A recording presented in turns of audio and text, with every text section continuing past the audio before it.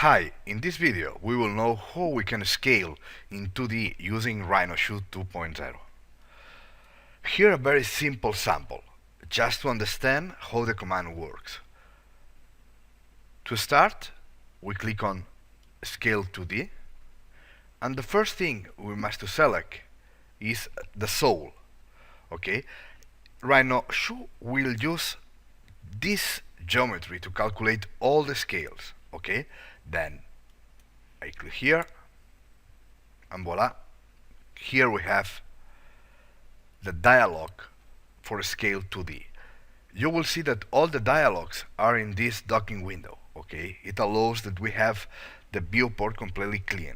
Okay, obviously we can drag this toolbar, okay, and place it here.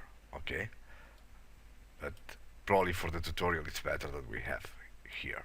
Okay, then well, the first thing we must select is the scaling pattern. Okay, the increments that we will use to create our scales. We have European and American by default, and later we will see how we can create our custom scale patterns. Okay, in this case, in each size it will increase 1.5 millimeters, and in Y 6.6. Okay, this is the standard. Then RhinoShoe the text, in sizing the text, the first curve that we select is 38. Okay, and here is the range that we want to create. Okay, for example, in European we can use 33 to 45. Okay, and also we can check if we want half sizes or quarters of sizes. Okay, great. Here we have the boundaries to define cancellations. We will see that in the next video. Okay, the idea is if we want to scale but we want to keep similar areas, okay, in multiple sizes. Later we will see. In this video, probably the most interesting thing I want that you understand is the constraints. Okay, the idea is now we can define if we want to scale a curve, we want to move a curve, copy a curve. Okay, and you'll see why we have these options. Well, a scale, okay, is curves that we want to scale. Okay, we want to scale this curve and this curve. Okay, and now we have in pink.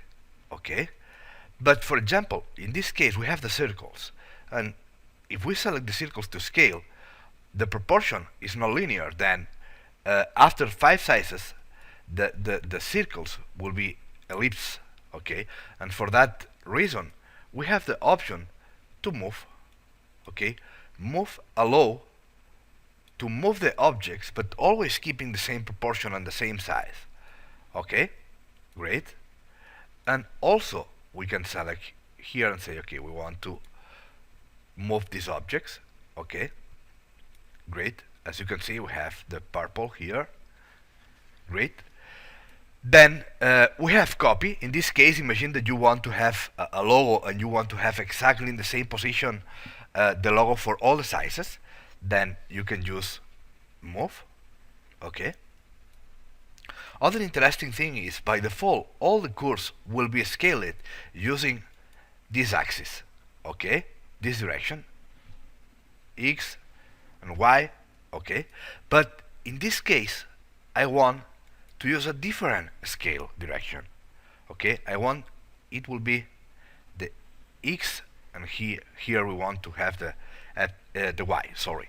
Okay, then how we can define that? Very simple.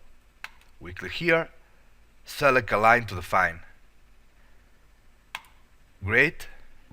Y direction, this line. Okay, and select curves. I want to affect to all these curves. Okay, probably we don't need this one. Okay, great. Then the direction for the scale and the movement will be in this direction. Okay, like the Z-plane for all the curves except for this group. Okay, good. By default, it's scaled using the origin of the Z-plane, but we can set other base point to scale. Okay, obviously the curves will be exactly the same, but in different positions. And here is to define parallel curves. Okay, we can say, okay, I want to this curve is the reference, and I want to define that this curve will be always parallel to this curve.